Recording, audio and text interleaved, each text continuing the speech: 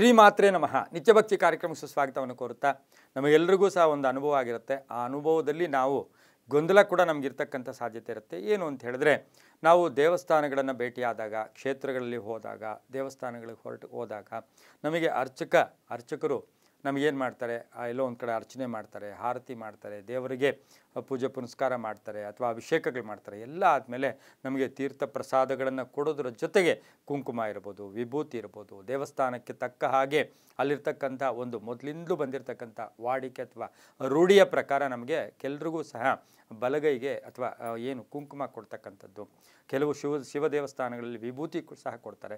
ನಾವೇನು ಮಾಡ್ತೀವಿ, ಅದನ್ನು ತಕ್ಷಣ ಒಂದು ಪೇಪರಲ್ಲಿ ಇಟ್ಕೋತೀವಿ ಅಥವಾ ಕೈಯಲ್ಲೇ ಹಾಗೆ ತೊಗೊಂಡು ಬರ್ತೀವಿ. ನಮಗೆಲ್ರಿಗೂ ಗೊಂದಲ ಏನು, ಆ ಕುಂಕುಮ ಏನು ಮಾಡಬೇಕು ಅಥವಾ ಆ ವಿಭೂತಿ ಏನು ಮಾಡಬೇಕು.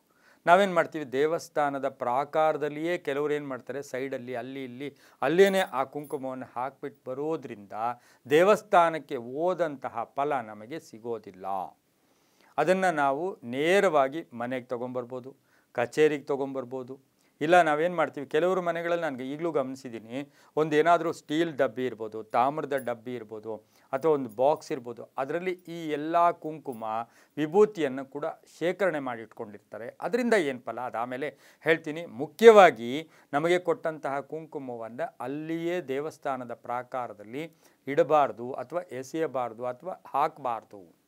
ಅದನ್ನು ಮನೆಗೆ ತೊಗೊಂಬನ್ನಿ, ಕಚೇರಿಗೆ ತೊಗೊಂಡೋಗಿ ಇಟ್ಟು, ನಿಮಗೆ ಯಾವಾಗಲಾದರೂ ಅಥವಾ ಏನೋ ಮಾನಸಿಕವಾಗಿ ಯಾತನೆ ಆಯಿತು, ಏನೋ ಟೆನ್ಷನ್ ಆಯಿತು, ತಕ್ಷಣ ಏನೋ ಒಂದು ಕೆಟ್ಟ ಕೆಲಸಗಳ ಕಾರ್ಯಗಳಲ್ಲಿ ಶುಭ ಆಗ್ತಾಯಿಲ್ಲ, ಆ ತಕ್ಷಣವೇ ಈ ಒಂದು ಉಂಗುರದ ಬೆರಳು ಅಂತ ಹೇಳ್ತೀವಿ, ಸೂರ್ಯನ ಬೆರಳು, ಈ ಬೆರಳಲ್ಲಿ ನಾವು ಹಣೆಗೆ ಅದನ್ನು ಹಚ್ಕೊಂಡಿದ್ದೆ ಆದರೆ ನಮ್ಮಲ್ಲಿ ಒಂದು ಆತ್ಮಶಕ್ತಿ ಜಾಗೃತ ಆಗುತ್ತೆ, ಸಪ್ತಚಕ್ರಗಳು ಜಾಗೃತ ಆಗುತ್ತೆ.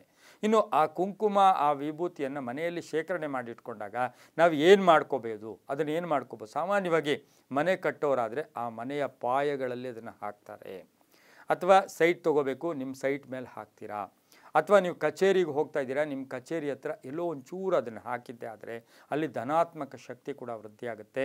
ಮೊದಲು ಮಾಡ್ತಕ್ಕಂಥ ತಪ್ಪೇನು, ದೇವಸ್ಥಾನದಲ್ಲಿಯೇ ಅದನ್ನು ಎಲ್ಲೋ ಸೈಡಿಗೆ ಹಾಕ್ಬಿಟ್ಟು ಬರೋದು ತಪ್ಪು. ಅರ್ಚಕರು ಕೊಡೋದೇನು, ಅದನ್ನು ನಿಮಗೆ ಕೊಡೋ ಉದ್ದೇಶ ಇದನ್ನು ಇಟ್ಕೊಳ್ಳಿ, ಈ ಕರ್ಮಗಳಿಂದ ಆಚೆ ಬರಿ. ಕರ್ಮ ಯಾರನ್ನೂ ಬಿಡಲ್ಲ. ನೀನು ಎಷ್ಟೇ ದೊಡ್ಡವನಾದರೂ ಕೂಡ ನಮಗೆ ಪೂರ್ವಾರ್ಜಿತ ಕರ್ಮಗಳು ಅಂತ. ಈಗ ನಾವು ಎಷ್ಟೋ ಪುಣ್ಯಗಳು ಮಾಡ್ತಾ ಇರ್ತೀವಿ, ಎಷ್ಟೋ ಕೆಲಸ, ಆದರೂ ಕರ್ಮಗಳು ನಮ್ಮನ್ನು ಬಿಡೋದಿಲ್ಲ. ಆದರೆ ಈ ಕುಂಕುಮ, ಈ ಪ್ರಸಾದ, ಮಂತ್ರ ವಿಭೂತಿ, ಮಂತ್ರ ಕುಂಕುಮ ಇವು ಸಾಕಷ್ಟು ಪ್ರಭಾವವನ್ನು ನಮ್ಮಲ್ಲಿ ಬೀರೋದ್ರಿಂದ ದೇವಸ್ಥಾನದಲ್ಲಿ ಇವತ್ತಿನಿಂದ ಯಾರೂ ಆ ತಪ್ಪು ಮಾಡಬೇಡಿ. ಜೊತೆಗೆ ಅದನ್ನು ಶೇಖರಣೆ ಮಾಡಿ ಇಟ್ಕೊಳ್ಳಿ, ತುಂಬಾ ಒಳ್ಳೆಯದಾಗುತ್ತೆ.